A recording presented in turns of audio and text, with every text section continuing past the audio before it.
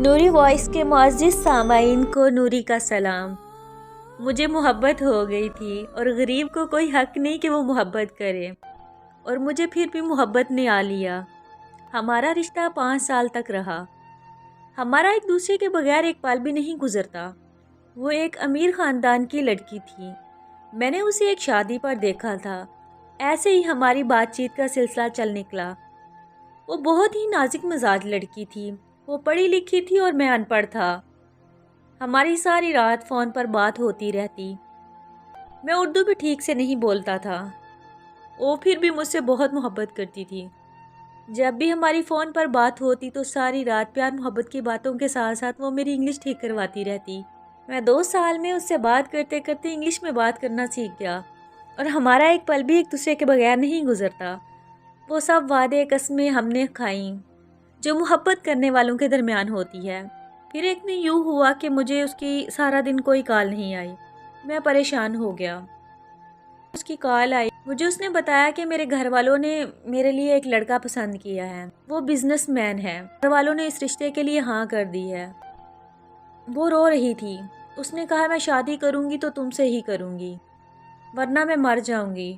Business man کے آگے میری کیا حیثیت ہے؟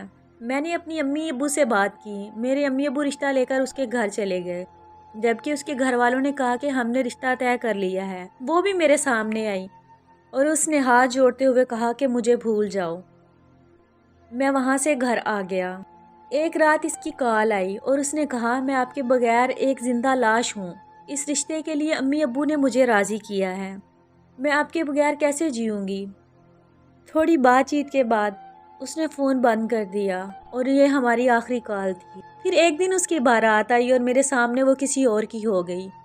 میں ایسے ہی دکھی رہنے لگا۔ میں نے دکان پہ جانا بھی چھوڑ دیا۔ دن گزرتے گئے۔ پھر ایسے ہی میں ملک سے باہر چلا گیا۔ 5 سال کے بعد میں واپس آیا تو مجھے خبر ملی کہ اس کے شوہر نے اس کو جلانا چاہا، اور اس کا آدھا جسم جل چکا تھا، اور اس کے شوہر نے اس کو طلاق دے دی تھی۔ یہ سب سن کر مجھے بہت تکلیف ہوئی۔ ایک دن وہ مجھے گلی میں ملی تو اس کا رنگ کالا سیاہ ہو چکا تھا اور آدھا جسم بھی جلا ہوا تھا، اور وہ پہلے جیسی ماہی تو بالکل ہی نہیں لگ رہی تھی۔ ہر وقت مسکرانے والی لڑکی کے چہرے پر دکھ واضح نظر آ رہا تھا۔ میرے سامنے سے بنا کچھ کہے نظریں جھکائے چلی گئی۔ میں نے گھر والوں سے بات کی اور ان کے گھر رشتہ لے کر چلا گیا۔ اس کے گھر والے پہلے ہی اس کے لیے پریشان تھے کہ اس سے شادی کون کرے گا، اور انہوں نے ہاں کر دی، اور ماہی نے میرے ساتھ نکاح کرنے پر انکار کر دیا۔ میں اس کے پاس گیا اور اس کا ہاتھ تھام کر کہا، ماہی میں آج بھی تم سے اتنی ہی محبت کرتا ہوں جتنی پہلے کرتا تھا۔ جو بھی ہوا اسے ایک برا خواب سمجھ کر بھول جاؤ۔ جو بھی ہوا اللہ تعالیٰ کی طرف سے ہوا ہے۔ یہ ایک آزمائش تھی۔ وہ پھوٹ پھوٹ کر رونے لگی، اور اس نے مجھے دیکھ کر کہا، تم آج بھی مجھ سے اتنی محبت کیوں کرتے ہو جبکہ میں محبت کے قابل رہی ہی نہیں ہوں؟ آہی جو انسان سچی محبت کرتا ہے اس کے لیے یہ چیزیں معنی نہیں رکھتی۔ آخر کار وہ مان گئی اور ہماری شادی ہو گئی۔ ماشاءاللہ سے اب ہمارے 2 بیٹے ہیں۔ میری بیوی مجھ سے بہت محبت کرتی ہے اور بہت خوش ہے۔ وہ مجھے آج بھی محبت کا فرشتہ کہتی ہے۔ میں اس سے پوچھتا ہوں کہ یہ نام کیوں؟ وہ کہتی ہے آج کل ہر محبت کرنے والا مطلب پرست ہے۔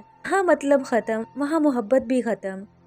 میری بیوی محبت کا ذکر کرتے ہوئے رونے لگی اور کہنے لگی کہ آپ نہ ہوتے تو میں شاید خود کو فنا کر چکی ہوتی۔